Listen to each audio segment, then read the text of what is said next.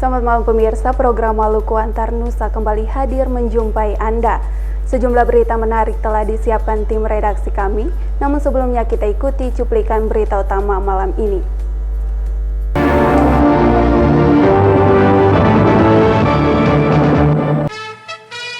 Terdakwa korupsi pengayaan hutan di Buru Selatan dituntut 6 tahun penjara. Teluk Ambon tercemari sampah industri dan rumah tangga. Soal ujian nasional tingkat SMA untuk luar Ambon selesai didistribusikan.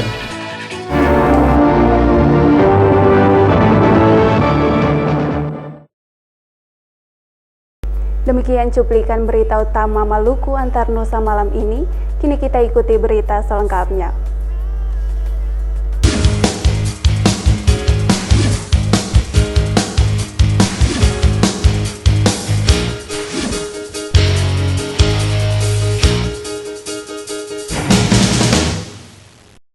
Pemirsa, 3 terdakwa korupsi pengadaan reboisasi dan pengayaan hutan di Kabupaten Buru Selatan dituntut 6 tahun penjara dan denda 200 juta rupiah oleh Jaksa Penuntut Umum. Jaksa Penuntut Umum menyatakan ketiga terdakwa terbukti secara sah melakukan tindak pidana korupsi sehingga negara dirugikan miliaran rupiah.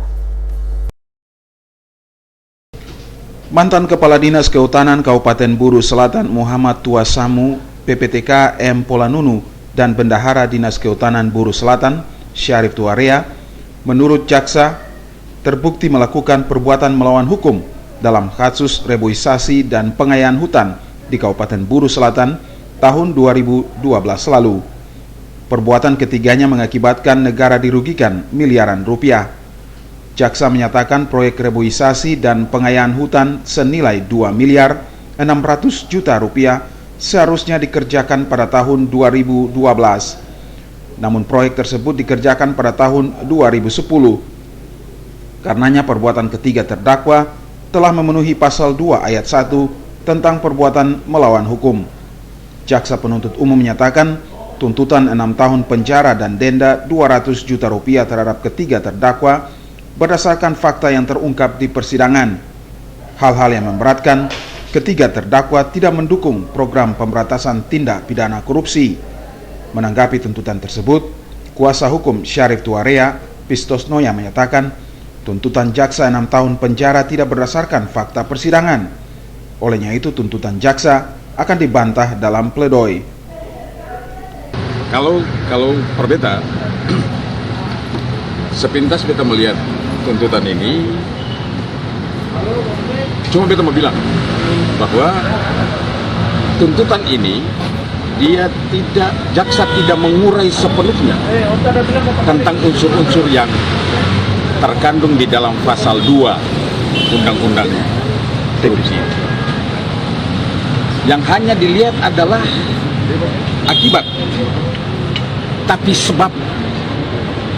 Perbuatan melawan hukum itu adalah dia diliputi dengan unsur niat, will and weapons, tahu sasaran. Itu yang sama sekali tidak dikupas dalam tuntutan ini. Dan itu bagi saya, sebagai orang yang belajar hukum sama dengan jaksa, saya akan juga bicara soal niat. Sidang akan dilanjutkan Jumat pekan depan dengan agenda pledoi dari ketiga terdakwa. Padili Tait melaporkan.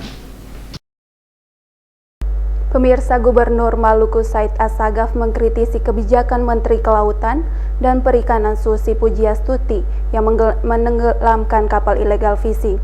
Menurut Assagaf, sebaiknya kapal-kapal itu diberikan kepada Fakultas Perikanan di sejumlah universitas di Indonesia untuk keperluan magang mahasiswa dan penelitian.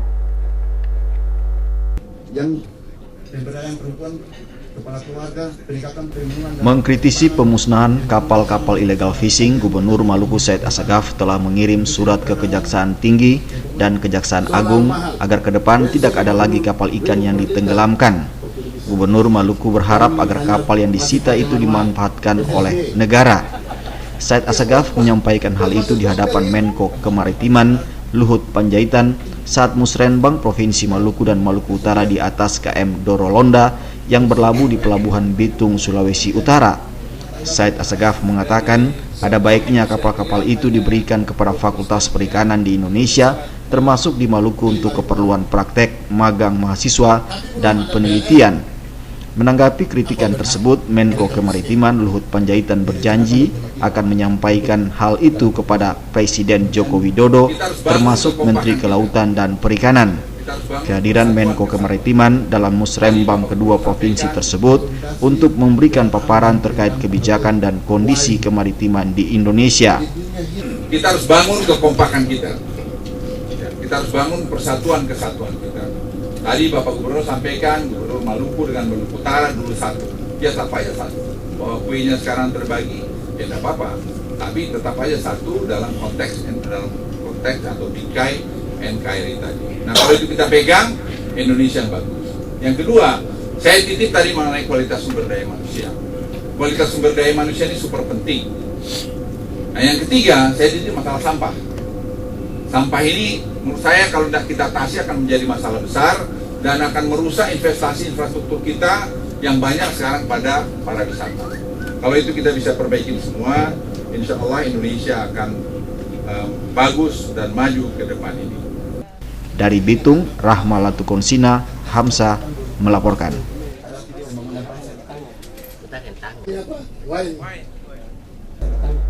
Wilayah perbatasan merupakan pintu bagi keluar masuknya segala bentuk kejahatan, baik itu penyelundupan maupun kejahatan lintas negara lainnya. Kemudian gerakan masyarakat hidup sehat. Tidak berhubungan. Pemerintah Indonesia melalui Badan Nasional Pengelolaan Perbatasan sementara merencanakan pembangunan 9 pos lintas batas negara. Selain di darat, juga akan dibangun pos lintas batas di laut. Maluku yang termasuk provinsi yang berciri kepulauan tidak bisa dilepas pisahkan dari persoalan perbatasan NKRI dengan negara lain seperti Timur Leste maupun Australia. Salah satu pos lintas batas yang akan dibangun di Maluku berada di Somlaki, Maluku Tenggara Barat. Deputi Bidang Pengelola Potensi Kawasan Perbatasan Badan Nasional Pengelola Perbatasan Boy Penjur mengatakan, Somlaki merupakan pusat kawasan strategis nasional. Untuk itu menjadi keharusan untuk dibangun pos lintas batas negara yang berbatasan dengan laut. Pusat kawasan strategis juga merupakan suatu pusat perkotaan yang ditetapkan dalam rangka mendukung pengembangan kawasan perbatasan. Kawasan itu menjadi pusat perekonomian dan perdagangan antar negara, pusat transportasi serta pengembangan ekonomi lintas batas negara. Untuk membangun pos lintas batas, menurutnya harus mendapat persetujuan dua negara yang dilalui. Karenanya pertimbangan khusus dari Kementerian Luar Negeri, Kementerian Perdagangan akan menjadi rujukan. Saat menanggapi paparan terkait persoalan pulau-pulau terluar dari sejumlah bupati, Gubernur Maluku Said Assagaf berharap mereka bisa mencari jalan keluar guna pengembangan kawasan perekonomian di kawasan itu. Kawasan Trans Yamdena Tanimbar sudah dilirik investor asing untuk berinvestasi di wilayah itu. Dari atas KM Dorolonda, Rahma Hamzah melaporkan.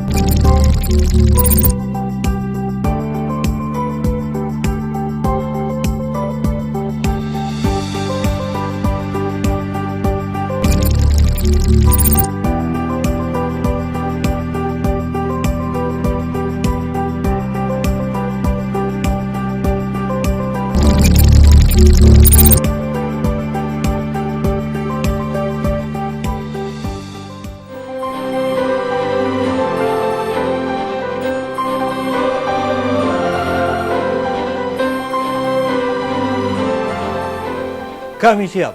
Kami siap. Kami siap. Kami siap. Kami siap. Kami siap. Melalui momentum HUT ke-24 TVRI Maluku, kami tingkatkan pelayanan kepada masyarakat Maluku dengan meningkatkan penyiaran melalui saluran digital 8-10 jam per hari.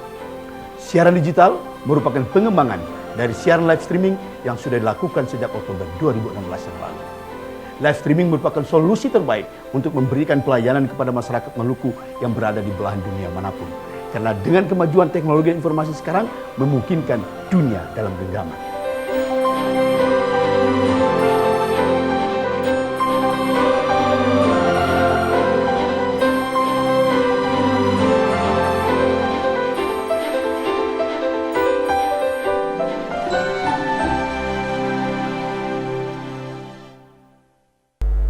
Setelah 3 hari membahas berbagai program pembangunan untuk tahun 2018, Musrenbang bersama Provinsi Maluku dan Maluku Utara di atas KM Dorolonda ditutup. Penutupan itu dilakukan Gubernur Maluku Utara Abdul Ghani Kasuba.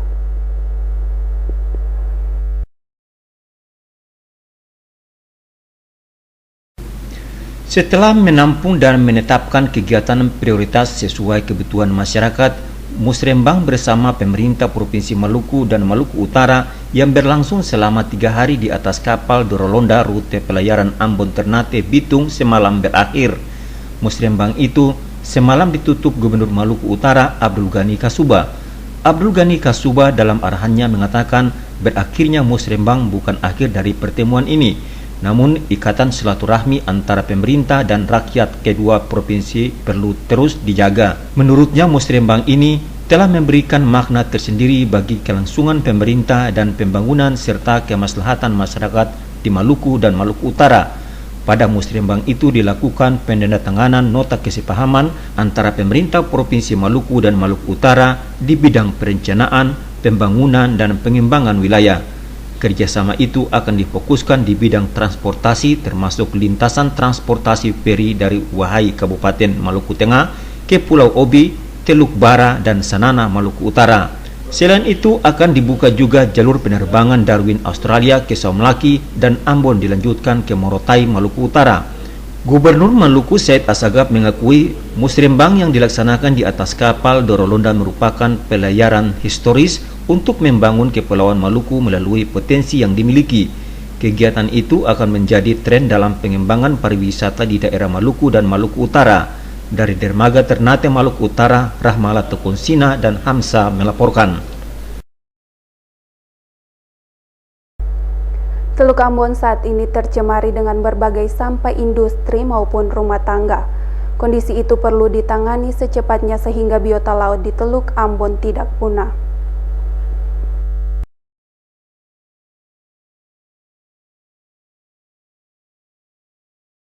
Kondisi Teluk Ambon saat ini memprihatinkan karena tercemar dengan berbagai sampah industri maupun rumah tangga. Rektor Universitas Patimura Martinus Sapteno mengatakan banyaknya sampah di Teluk Ambon akibat dari kebijakan pemerintah Kota Ambon yang tidak sejalan dengan kesadaran masyarakat. Sapteno mengungkapkan kebijakan pemerintah Kota Ambon menyediakan tempat sampah namun tidak dibarengi dengan kesadaran masyarakat membuang sampah di tempatnya. Akhirnya Teluk Ambon yang sebelumnya indah kini tercemar dengan sampah. Untuk itu semua elemen masyarakat harus diajak membersihkan sampah dari Teluk Ambon. Masyarakat juga harus diberikan sosialisasi agar tidak membuang sampah di sungai maupun kali yang bila hujan akan hanyut ke laut. Prihatin melihat Teluk Ambon yang begini kotor karena tidak sinkronnya antara kebijakan pemerintah kota dengan kesadaran masyarakat. Pemerintah kota menyiapkan speedboat untuk mengangkat sampah. Itu hal yang juga penting, tetapi menurut saya itu agak keliru. Yang mau dilakukan adalah bagaimana memberikan kesadaran kepada masyarakat di sekitar pesisir pantai, termasuk yang ada di sekitar sungai-sungai atau kali-kali yang mati itu, supaya mereka tidak membuang sampah sembarang tempat pada saat musim panas. Sapteno meminta dosen dan mahasiswa Universitas Patimura menjadi contoh bagi masyarakat dalam tertib membuang sampah. Melalui momen Dies Natalis ke-54 Unpati, panitia melakukan bersih Teluk Ambon dan pesisir. Banyak sampah plastik yang mencemari Teluk Ambon diangkat untuk dibawa ke tempat pembuangan akhir. Sapteno berharap kegiatan itu mendorong masyarakat ikut menjaga kebersihan Teluk Ambon dan pesisir. Hamjatomia melaporkan.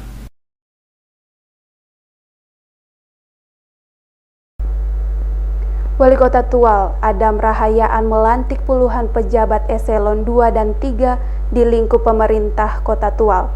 Pelantikan itu dilakukan pada pukul 10 malam di Pendopo Yerler, Kota Tual.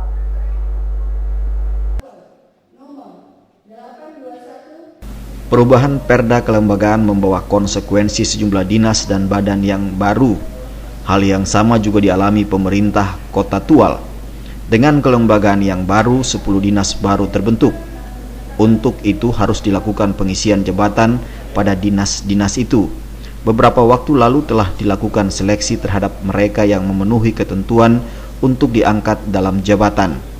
Hasilnya kembali diserahkan kepada wali kota untuk menetapkan 1 dari 3 nama yang diusulkan. Karenanya, Rabu malam lalu bertempat di Pendopo Yerler dilakukan pelantikan terhadap 10 pejabat eselon 2 dan 36 pejabat eselon 3 oleh Wali Kota Tual Adam Rahayaan. Wali Kota Tual Adam Rahayaan mengatakan seleksi yang dilakukan beberapa waktu lalu merupakan hal yang baik bagi pengembangan birokrasi. Mereka yang terpilih diyakini mampu untuk memimpin SKPD yang baru. Sedangkan untuk pergeseran jabatan menurutnya merupakan hal yang lumrah dalam birokrasi. Tahapan-tahapannya sudah mulai dari administrasi, wawancara, tes manajerial, kemudian sudah sampai ke BKN, KSN. Jadi sudah sesuai. Kalau tidak sesuai saya juga tidak berani. Karena sudah ada rekomendasi terakhir dari KSN menjelaskan bahwa seluruh tahapan telah sesuai. Poin ketiga, dikembalikan kepada kepala daerah untuk menentukan salah satu dari 3 calon yang ada pada setiap SKPD. Kendati dilakukan pada pukul 10 malam, namun pelantikan itu tetap dihadiri ratusan orang. Dari Tual, Mesak Tati Pikalawan melaporkan. Sekretaris Partai Golkar Provinsi Maluku, Roland Tahapari menyebutkan capaian 10 kursi di DPRD Buru menunjukkan kinerja Ketua DPD Partai Golkar Buru sangat baik. Selain itu, calon yang diusung Partai Golkar juga memenangkan pilkada di kabupaten itu. Sekretaris Partai Golkar 1 Provinsi Maluku, Roland Tahapari menyebutkan kinerja ketua dan aparat Partai Golkar di Kabupaten Buru sangat baik. Hal itu ditunjukkan dengan perolehan 10 kursi di DPRD. Selain itu, calon yang diusung Partai Golkar memenangkan pilkada yang baru lalu. Tahapari menyampaikan hal itu saat membuka musda Partai Golkar Kabupaten Buru kemarin. Kesempatan itu pula, Tahapari menyambut baik kader Golkar di sana yang mendukung Said Assagaf sebagai calon gubernur pada Pilgub 2018 mendatang. Prestasi Golkar di kabupaten ini memberikan suatu nilai positif buat Golkar secara provinsi maupun secara nasional. Ya. Kita melaporkan prestasi kita, termasuk kemarin pilkada 2017, Golkar Maluku memperoleh angka 60%, itu kontribusi terbesar juga dari Kabupaten Buru, ya, Gubernur Maluku. Dan tadi sudah direspons oleh kader bahwa kita mengusung Ketua DPD Golkar Maluku Pak Said Assagaf sebagai calon. Sekretaris Koordinator Wilayah Partai Golkar Provinsi Maluku Abu Kasim Sangaji berharap musda keempat Partai Golkar Kabupaten Buru itu dapat berjalan secara baik dalam suasana kekeluargaan. Hal itu menandakan bahwa partai tersebut adalah partai besar yang mengedepankan dialektika. Dengan adanya musyawarah daerah keempat Partai Golkar Kabupaten Buru itu berjalan secara hikmat dan dengan suasana yang penuh dengan kekeluargaan. Ini menandakan bahwa Partai Golkar, partai besar, partai yang selalu mengedepankan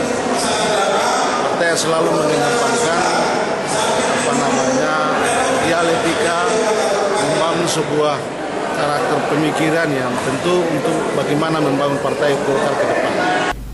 Dalam musda itu selain mengevaluasi agenda-agenda, akhirnya akan memilih ketua DPD yang baru periode 2017-2022.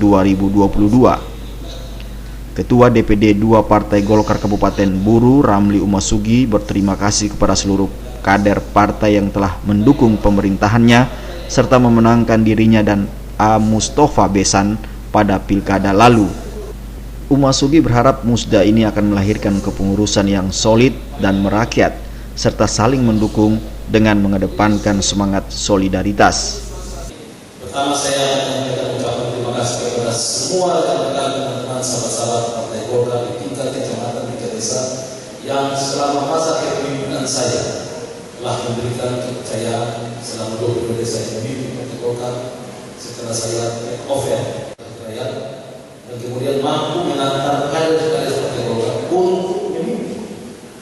Dari Namlea, RN Stasi Jawa melaporkan. Pemirsa, generasi muda memiliki banyak potensi yang harus dikembangkan agar dapat bermanfaat bagi dirinya dan masyarakat. Bila hal itu diaktualisasikan, nantinya akan menghasilkan generasi muda hebat yang dapat berkontribusi terhadap pembangunan bangsa dan negara.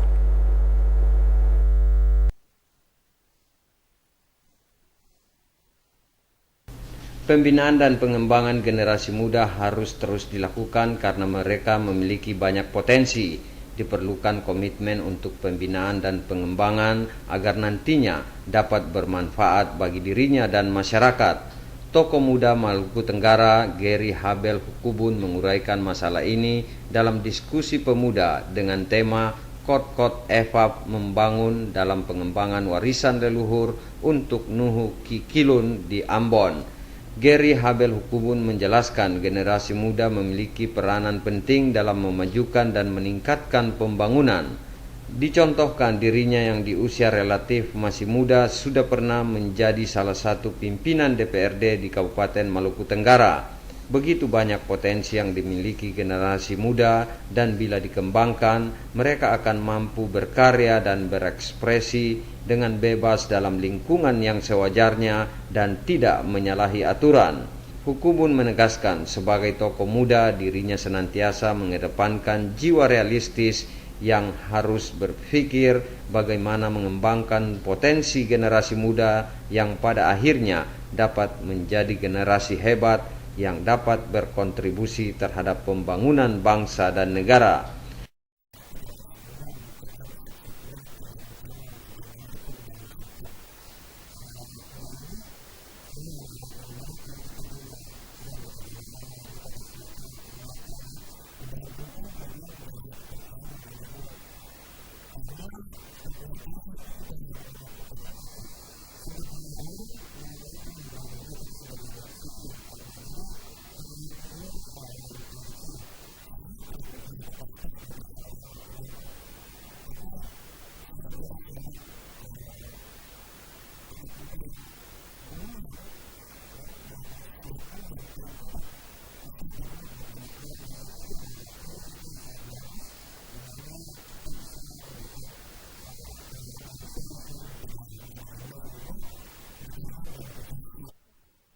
Dalam diskusi pemuda ini juga tampil sebagai narasumber tokoh masyarakat Maluku Tenggara di Ambon, Patiwe, yang memotivasi para pemuda agar senantiasa mengembangkan potensi yang dimiliki sehingga pada akhirnya dapat menghasilkan karya-karya yang inovatif.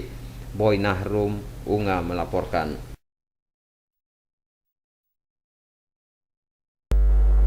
Bahan soal ujian nasional tingkat SMA sederajat untuk Kecamatan Saparua, Pulau Haruku, dan Nusa Laut pagi tadi telah didistribusikan. Bahan soal ujian tersebut diharapkan tiba di satuan pendidikan tepat waktu.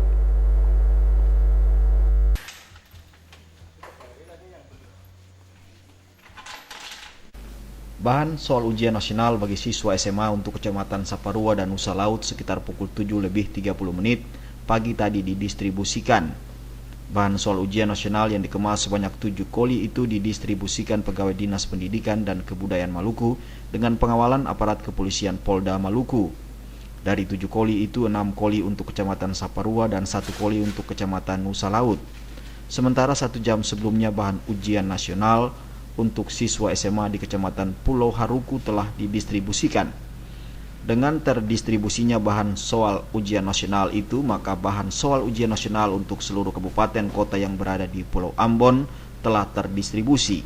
Kepala Bidang Pendidikan SMA yang juga Ketua Panitia Nasional Maluku Yunus Kesalio berharap seluruh bahan soal ujian yang telah didistribusikan itu dapat tiba di satuan pendidikan tepat waktu. Hingga hari ini masih tersisa 2 kecamatan di Maluku Tengah yang bahan soal ujiannya belum didistribusikan, masing-masing Kecamatan Salahutu dan Kecamatan Lei Timur Barat. Bahan soal ujian untuk 2 kecamatan ini akan didistribusikan Ahad besok. Sementara untuk Kota Ambon, pendistribusian bahan soal ujian dilakukan tiap hari sesuai bidang studi yang diuji. Otniel Kota Dini melaporkan. Angkatan Muda Gereja Protestan Maluku Daerah Seram bagian Barat menggelar musyawarah pimpinan paripurna daerah ke-26. Musyawarah itu dinilai sangat strategis sebagai momen evaluasi dan merencanakan berbagai program untuk mengatasi tantangan yang dihadapi pemuda gereja.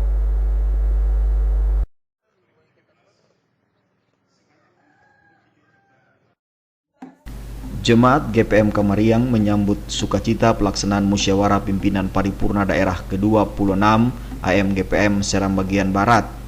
MPPD tersebut berlangsung di Gedung Gereja Karmel Kamariang Ahad pekan lalu yang diawali dengan ibadah Minggu.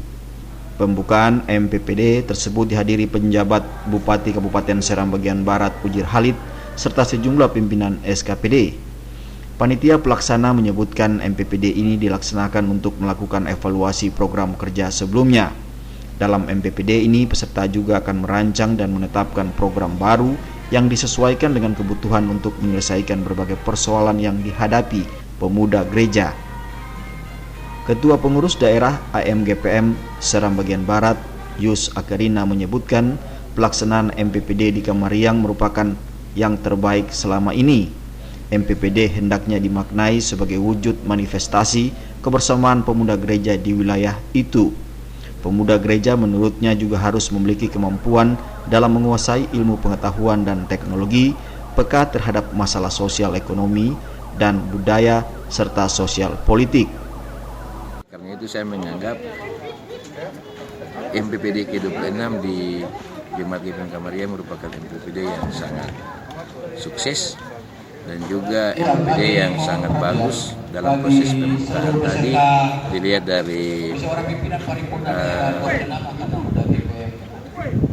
seremonial pembukaannya cukup memberikan makna yang mendalam. Pada kesempatan itu, Akarina meminta pemuda gereja di sana untuk menyukseskan PES Parawi tingkat Provinsi Maluku yang akan dilaksanakan di Piru. Ketika membuka MPPD tersebut, penjabat Bupati Seram bagian Barat Ujir Halid mengajak AMGPM mendukung pemerintah Kabupaten SBB dalam berbagai bidang, terutama ikut melakukan berbagai persiapan pelaksanaan PES Parawi tingkat Provinsi Maluku di Piru Oktober nanti. Dari Kairatu, Wahid Hukul melaporkan. Panitia Disnatalis ke-54 Universitas Patimura meningkatkan warga Kota Ambon terhadap potensi wisata bahari Teluk Ambon. Hal itu dilakukan melalui lomba perahu Manggurebe dan lomba mangail di Teluk Ambon.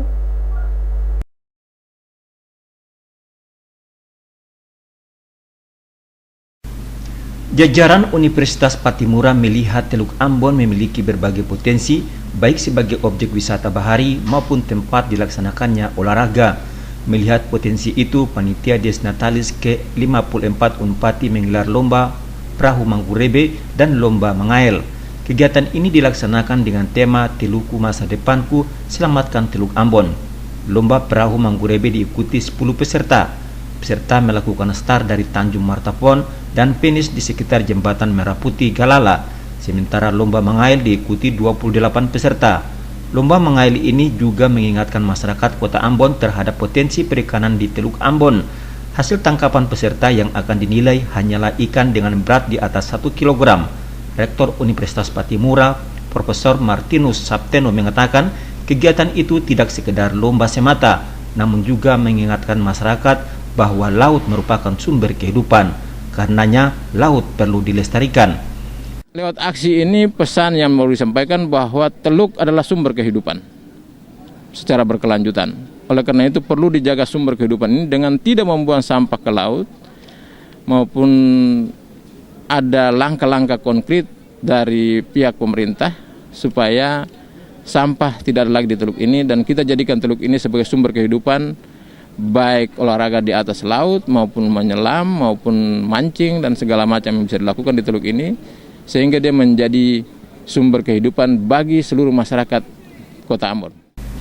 Pemenang kedua perlombaan itu akan diumumkan saat puncak Dies Natalis ke-54 Unpati tanggal 21 April 2017 mendatang.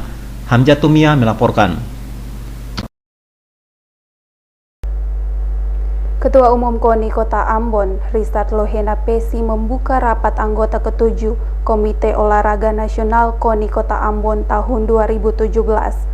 Kegiatan tersebut bertujuan untuk melakukan evaluasi kerja organisasi tahun 2016 serta merancang berbagai program strategis untuk tahun 2017.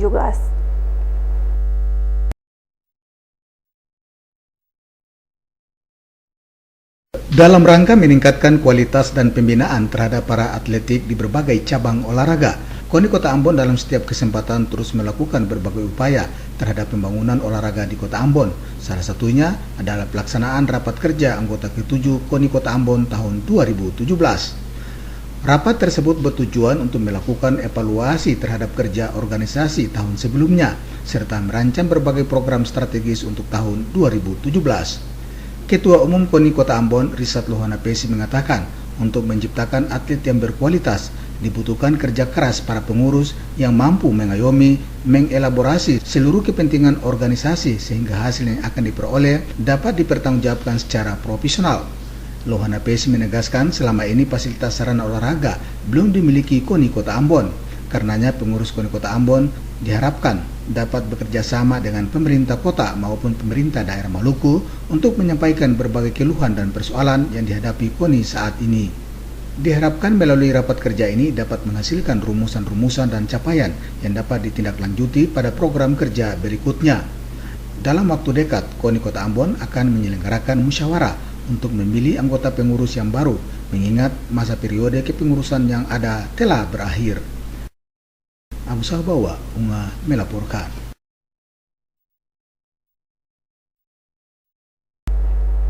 Jalan Lingkar Kesui Kecamatan Watubela Kesui Kabupaten Seram bagian timur belum juga dibangun secara tuntas. Warga setempat berharap pemerintah tidak membiarkan kondisi ini berlarut, sebab jalan tersebut merupakan akses pendukung kegiatan ekonomi masyarakat.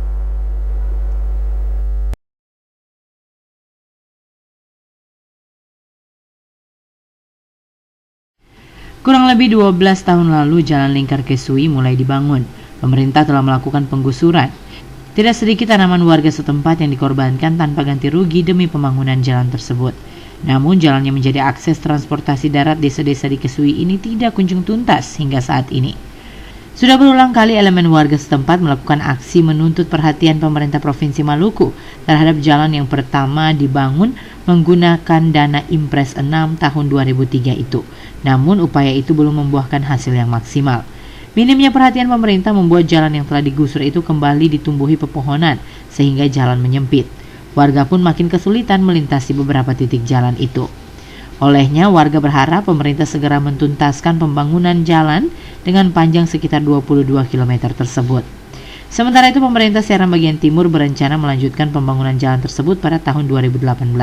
Rencana tersebut ditetapkan setelah status Jalan Lingkar Kesui menjadi jalan kabupaten. Untuk tahap pertama, pemerintah Seram bagian timur menargetkan pembangunan jalan sepanjang 10 km. Dari Watubela Kesui, Seram bagian timur, Mansur Boinau melaporkan.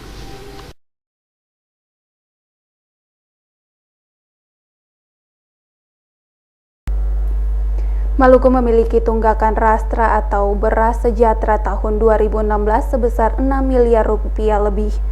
Dua kabupaten di Maluku yang memiliki tunggakan terbesar adalah Maluku Tengah dan Aru.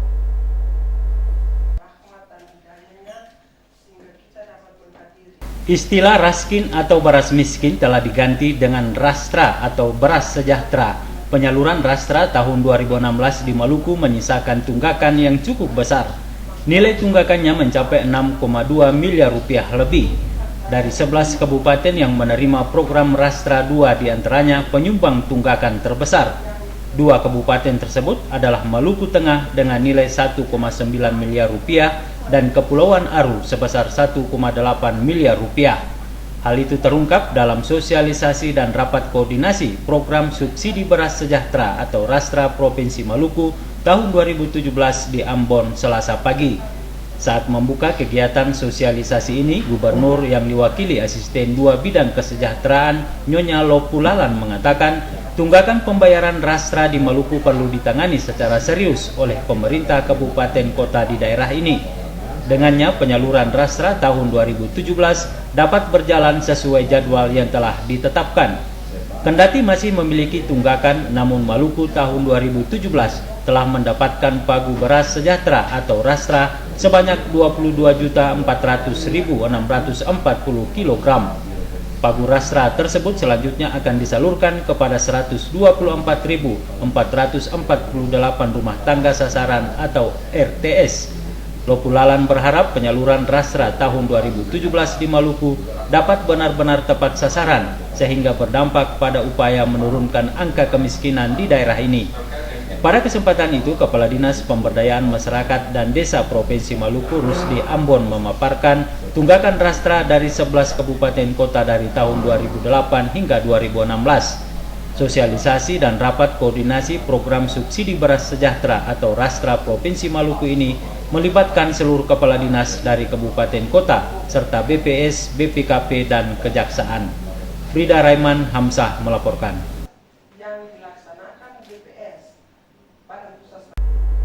Kepala Dinas Perikanan dan Kelautan Provinsi Maluku, Romelus Farfar dipercayakan sebagai penjabat Bupati Maluku Tenggara Barat.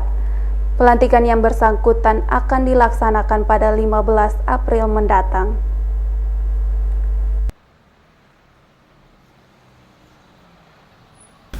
Menyusul masa kepemimpinan Bupati Maluku Tenggara Barat akan berakhir pada tanggal 16 April mendatang, pemerintah Provinsi Maluku telah menyiapkan penjabat bupati. Ada 3 nama yang diusulkan kepada Mendagri untuk mengisi jabatan itu.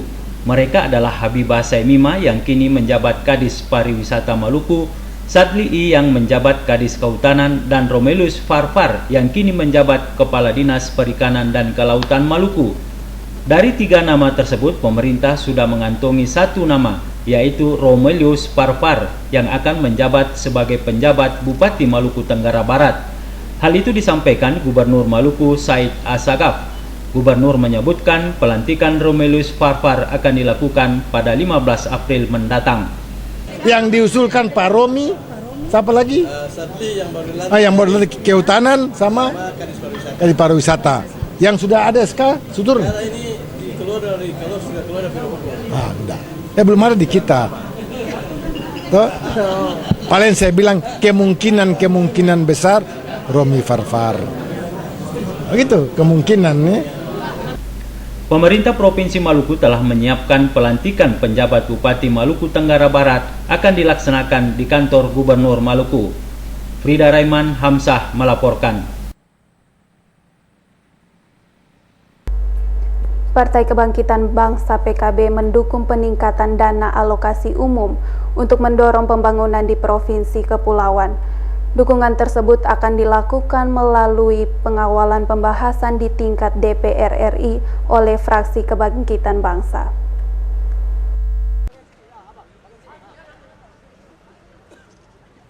Dalam kunjungannya ke Maluku, Ketua Umum Partai Kebangkitan Bangsa Muhaimin Iskandar akan melakukan beberapa agenda, di antaranya membuka musyawarah wilayah PKB Maluku. Pelaksanaan musyawarah wilayah PKB Maluku yang akan berlangsung selama 2 hari di Ambon akan merekomendasikan beberapa hal demi kemajuan pembangunan di daerah ini. Salah satunya adalah mendukung peningkatan dana alokasi umum DAU untuk mendorong pembangunan di Provinsi Kepulauan. Ketua Umum PKB Muhaimin Iskandar menegaskan pihaknya akan senantiasa mendorong pembangunan di Maluku yang wilayahnya terdiri dari pulau-pulau. Dukungan PKB terhadap peningkatan dana alokasi umum DAU untuk Provinsi Kepulauan menurut Muhaimin Iskandar akan dilakukan melalui pengawalan pembahasan di tingkat DPR RI oleh fraksi Kebangkitan Bangsa. Terus berusaha.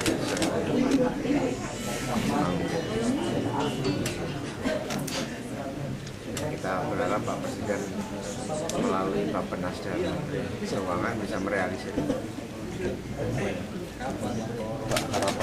Muhaimin Iskandar mengingatkan agar pemerintah pusat menepati janjinya merealisasikan peningkatan dana alokasi umum DAU Provinsi Kepulauan termasuk Maluku dengan memperhitungkan luas wilayah laut pada tahun anggaran 2018. Hal itu mutlak adanya karena sangat dibutuhkan oleh Provinsi Kepulauan termasuk Maluku dalam mendorong pembangunan. Boy Nahrum Cak Tamaela melaporkan.